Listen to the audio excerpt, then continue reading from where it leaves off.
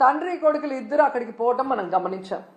అంటే వీళ్ళు ఈ యొక్క దావోస్కి వెళ్ళి పెట్టుబడులు తేలేకపోవడానికి కారణం ఏంటంటే ఈరోజు అందరి మధ్యలో ఒకటే, ఈ లోకేష్ రెడ్ బుక్ పాలనే దీనికి కారణమని.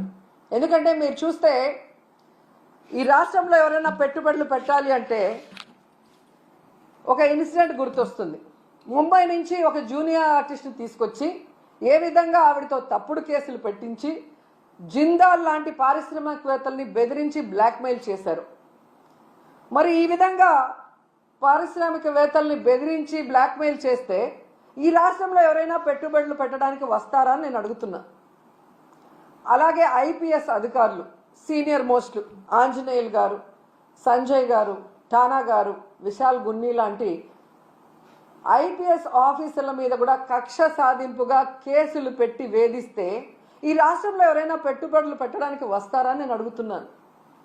అలాగే ఐఏఎస్ ఆఫీసర్లకు కూడా 7 నెలలుగా కొంతమందికి పోస్టింగ్లు ఇవ్వకుండా వాళ్ళని వేధిస్తూ వాళ్ళని జైల్లో పెడతామని బెదిరిస్తూ ఈరోజు చంద్రబాబు నాయుడు ప్రభుత్వం డెసిషన్స్ తీసుకుంటుంటే ఎవరైనా పెట్టుబడులు పెట్టడానికి వస్తారని నేను అడుగుతున్నా. ముఖ్యంగా ఈ రాష్ట్రంలో మీరు చూస్తే ఆడపిల్లలు, చిన్న పిల్లల మీద అత్యాచారాలు, అఘాయిత్యాలు, అలాగే హత్యలు జరుగుతుంటే అలాంటి రాష్ట్రంలో ఎవరైనా పెట్టుబడులు పెట్టడానికి వస్తారని నేను అడుగుతున్నా. అండ్ ముఖ్యంగా నారా లోకేష్ దావోస్కి వెళ్ళి సిగ్గు లేకుండా నా ప్రత్యర్థుల్ని అనగతొక్కడానికి నేను రెడ్ బుక్ని యూజ్ చేస్తున్నాను అని చెప్తే ఎవరైనా పెట్టుబడులు పెట్టడానికి వస్తారా అని నేను అడుగుతున్నాను. ఈరోజు మీరు చూస్తే ఈ రాష్ట్రానికి పెట్టుబడులు రాకపోవడానికి కారణం ఈ రెడ్ బుక్ రాజ్యాంగమే. ఎందుకంటే ఎవరైనా పెట్టుబడులు పెట్టాలి అంటే ఆ రాష్ట్రంలో లా అండ్ ఆర్డర్ కరెక్ట్గా ఉండాలి, పారదర్శకమైన పరిపాలన ఉండాలి, అలాగే రోడ్డు, రైలు, ఏరోప్లేన్, అలాగే పోర్ట్స్, ఇవన్నీ కూడా అంటే ట్రాన్స్పోర్ట్ ఇది కరెక్ట్గా ఉంటేనే అక్కడ పెట్టడానికి అవకాశం ఉంటుంది. మీరు చూస్తే జగన్మోహన్ రెడ్డి గారు ముఖ్యమంత్రిగా ఉన్నప్పుడు ఇవన్నీ కూడా ఎంత చక్కగా చేశారో మీ అందరూ కూడా గమనించవచ్చు.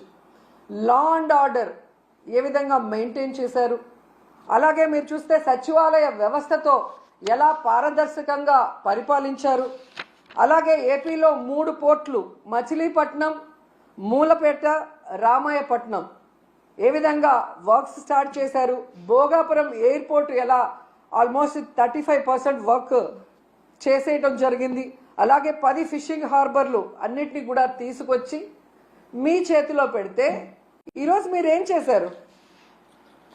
జగనన్న పారిశ్రామికవేత్తల కోసం రెడ్ కార్పెట్ వేసి ఫ్రెండ్లీ స్టేట్గా ఇన్వెస్ట్ చేయడానికి దాన్ని ఏర్పాటు చేసి మీ చేతికిస్తే ఈరోజు మీరు రెడ్ బుక్ రాజ్యాంగం అంటూ రాష్ట్రంలో ఈరోజు లా అండ్ ఆర్డర్ లేదు, రోడ్డు పైనే నరికేస్తున్నారు మనుషుల్ని. అలాగే ఎవరు నోరు తెరిసినా వాళ్ళ మీద కక్ష సాధింపుగా తప్పుడు కేసులు, ఒకటి రేప్ కేసు, లేదా అటెంప్ట్ మర్డర్ కేసు, లేదా ఎస్సీ ఎస్టీ కేసులు పెట్టి చట్టాన్ని కూడా తమ చుట్టాలుగా వాడుకోవాలన్న ప్రయత్నం చేస్తున్నది నిజం కాదని నేను అడుగుతున్నాను. అలాగే ఈరోజు మీరు చూస్తే ఈ చంద్రబాబు నాయుడు, లోకేష్ చేస్తున్న పనుల వల్ల ఈ రాష్ట్ర ఇమేజ్ దెబ్బతినటం వల్ల ఈరోజు దావోస్లో పారిశ్రామికవేత్తలు ఒక్కటంటే ₹1 కూడా మనకి ఎంఓఈ చేయకపోవడం చాలా బాధాకరం. ఎందుకంటే ఈరోజు వీళ్ళు దాదాపుగా ఈ స్పెషల్ ఫ్లైట్లు, కోట్లు, బూట్లు, సూట్లు కని వీళ్ళ ఖర్చులకే 20 కోట్ల పైగా అయింది. కనీసం ఆ దారి ఖర్చులకి అయిన డబ్బైనా ఎంఓఈలు చేసుకొచ్చారంటే సిగ్గుచేటు. మాటలేమో ఇంత చెప్తారు కానీ పని చూస్తే జీరో.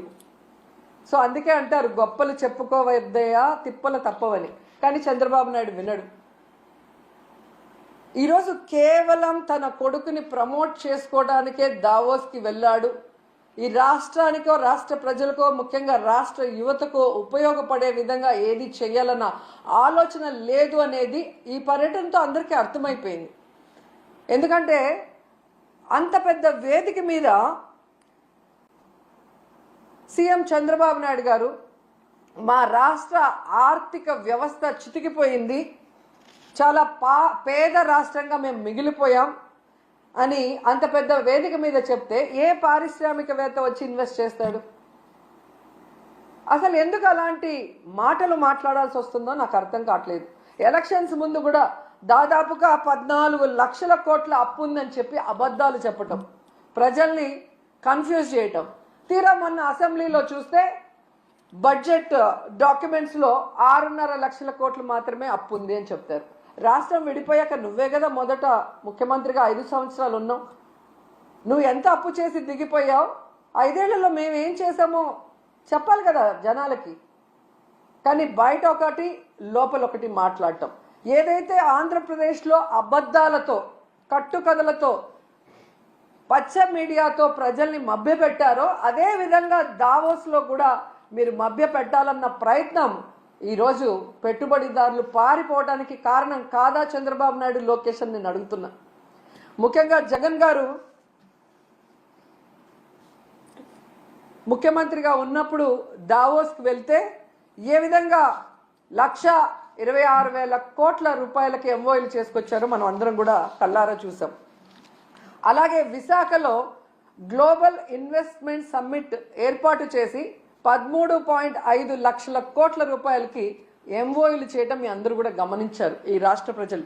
ఎందుకు ఇది చెప్తున్నానంటే ఈ నెలలో సాక్షాత్తు ప్రధానమంత్రి గారు శంకుస్థాపన చేసిన 1,85,000 కోట్ల గ్రీన్ ఎనర్జీ ప్రాజెక్ట్ని ఆ రోజు విశాఖ గ్లోబల్ సమ్మిట్లో జగనన్న తీసుకువచ్చిన విషయం ఈ రాష్ట్ర ప్రజలకు ఇంకా గుర్తుందని నేను అనుకుంటున్నా. అలాగే ప్రధానమంత్రి గారు శంకుస్థాపన చేసిన బల్క్ డ్రగ్ ప్రాజెక్ట్ కూడా జగనన్న ముఖ్యమంత్రిగా ఉన్నప్పుడు ఇతర రాష్ట్రాలతో పోటీపడి తీసుకొచ్చింది. దానికి భూమిని కూడా జగనన్నే తన హయాంలో కేటాయించింది నిజం కాదా అని అడుగుతున్నా.